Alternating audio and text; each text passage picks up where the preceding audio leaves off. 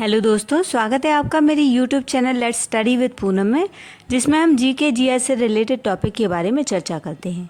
और आज हम बात करने वाले हैं मोटे अनाज के बारे में, जिसके बारे में पूरे विश्व में चर्चा हो रही है। लोग मोटे अनाज के बारे में जागरूक हो रहे हैं, उनका उपयोग कर रहे हैं। गेहूँ के अलावा मोटे अनाज को अपने दैनिक जीवन में शामिल कर रहे हैं, दैनिक जीवन के भोजन में शामिल कर रहे हैं। तो चलिए हम वीडियो को शुरू करते हैं कि मोटे अनाज को अंग्रेज़ी में मिलेट कहा जाता है। ये छोटे बीज वाली घास होती है।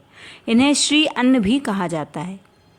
मोटे अनाज के कई उदाहरण हैं, जैसे ज्वार, बाजरा, मक्का, जौ, कोदो, फॉक्सटेल, प्रोसो, बॉर्नयार्न, सामा या कुटकी। मोटे अनाज में कई विशेषताएं होती हैं, कुछ को हम जान लेते हैं।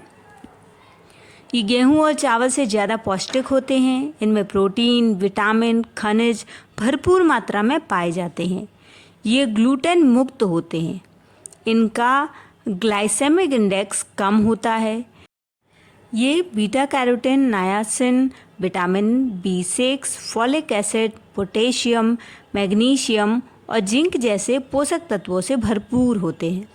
इनके सेवन से कई तरह के स्वास्थ्य लाभ होते हैं।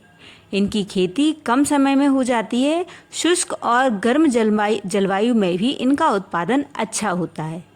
भारत दुनिया में मोटे अनाज का सबसे बड़ा उत्पादक देश है। मिलेट्स को गरीबों के अनाज के रूप में भी जाना जाता है।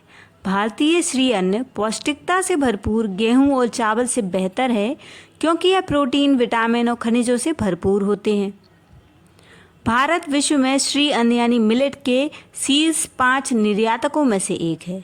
श्री अन्न का विश्व निर्यातक 2020 में $400 मिलियन से बढ़कर 2021 में $470 मिलियन हो गया है। भारत ने 2021-22 में $62.95 मिलियन के मुकाबले वर्ष 2022-23 में $75.46 मिलियन मूल्य के श्री अन्न का निर्यात किया। मोटे अनाज यानी मिलेट्स में कार्बोहाइड्रेट की मात्रा काफ़ी कम होती है। ऐसे में नियमित तौर पर मोटा अनाज खाने से हाई बीपी और दिल से जुड़ी समस्याओं का खतरा काफ़ी कम हो जाता है। साथ ही इनके सेवन से शरीर में कोलेस्ट्रॉल भी कम हो जाता है। मोटा अनाज जैसे ज्वार, बाजरा, रागी आदि हड्डियों के लिए काफ़ी फ़ायदेमंद है। इसमें भारी मात्रा में कैल्शियम पाया जाता है, जो हमारी हड्डियों के विकास और उन्हें मजबूत बनाने में काफ़ी अहम भूमिका निभाते हैं। मोटा अनाज तासीर में गर्म होता है। ऐसे में सर्दियों में इनके सेवन से शरीर को गर्माहट मिलती है, जिससे हम ठंड से बचे रहते हैं। इसके अलावा इसमें मौजूद कई तरीके के पोषक तत्व भी शरीर के लिए फ़ायदेमंद हैं। ये मोटे अनाज यानी मिलेट खाने से हमारे पाचन तंत्र में काफ़ी फ़ायदा मिलता है।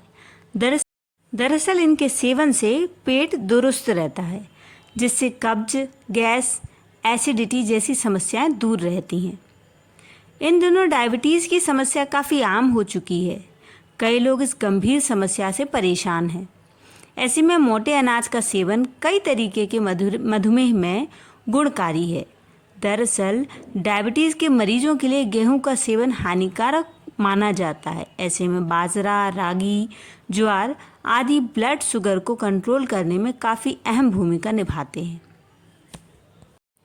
मोटे अनाज पारंपरिक रूप से देश के अल्प संसाधन वाले कृषि जलवायु क्षेत्रों में उगाए जाते हैं।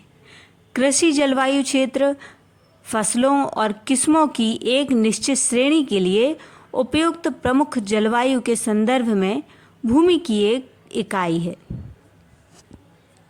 ज्वार, बाजरा, मक्का, जौ, फिंगर मिलेट, कुटकी जिसे स्मॉल मिलेट बोला जाता है, कोदो, फॉक्सटेल मिलेट, प्रोसो, बर्नयार्न छोटे और मोटे अनाज हैं। वैसे तो पूरे भारत में अलग अलग जगहों पर अलग अलग मोटे अनाज उगाए जाते हैं, लेकिन यदि हम खास विशेष राज्यों की बात करें तो कर्नाटक, राजस्थान, पुदुचेरी, महाराष्ट्र, मध्य प्रदेश, उत्तर प्रदेश आदि ऐसे राज्य हैं जहां मोटा अनाज उगाया जाता है। कुछ उत्तरी राज्यों जैसे हरियाणा, पंजाब, पश्चिमी उत्तर प्रदेश में ज्वार और बाजरे की खेती मुख्य रूप से चारे के उद्देश्य से की जाती है।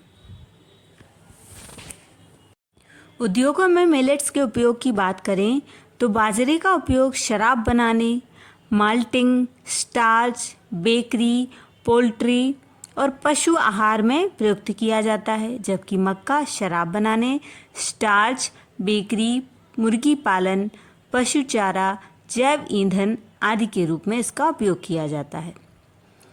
पशुओं के लिए मोटे अनाज और पोल्ट्री फीड की मांग बढ़ रही है। भारत में चारा की आवश्यकताएं सामान्य रूप से बेकार अनाज से पूरी की जाती है और विशेष रूप से मोटे अनाज से बनाई जाती है। पोल्ट्री फीड में भी मक्का आवश्यक कार्बोहाइड्रेट स्रोत है। जलवायु परिवर्तन ने देश में गेहूं और धान के उत्पादन को प्रभावित किया है, जो मोटे अनाज पर ध्यान केंद्रित करने की आवश्यकता को दर्शाता है। गेहूं और धान की खेती अनिश्चित मौसम स्वरूप के कारण देश की खाद्य ज़रूरतों को पूरा करने के लिए पर्याप्त नहीं होती है। अनियमित मानसून ने वर्ष 2022 में खरीफ की फसल की उपज से सरकार की चिंता बढ़ा दी थी। वर्ष 2022 में ज़्यादातर इलाकों में धान और दलहन की बुआई बुरी तरीके से प्रभावित हुई थी। यदि मोटे अनाज को लेकर सरकार के प्रोत्साहन की बात करें तो सरकार ने बाजरा को पौष्टिक अनाज के रूप में बढ़ावा देने के लिए राष्ट्रीय कृषि विकास योजना के तहत वर्ष 2011-12 में 300 करोड़ रुपए आवंटित किए थे। इस योजना का उद्देश्य देश में बाजरा के बढ़े हुए उत्पादन को उत्प्रेरित करने के लिए दृश्य प्रभाव के साथ एकीकृत तरीके से उचित उत्पादन और कटाई के बाद की प्रौद्योगिकी का प्रदर्शन करना है। समय समय पर मिलेट्स के उत्पादन को बढ़ाने के लिए सरकारों द्वारा किसानों को प्रोत्साहित करने के कई सारे प्रयास किए जाते रहे हैं। तो दोस्तों, मिलेट्स के संबंध में हमारा ये वीडियो यदि आपको पसंद आया हो तो चैनल को लाइक, शेयर और सब्सक्राइब ज़रूर करें। धन्यवाद दोस्तों।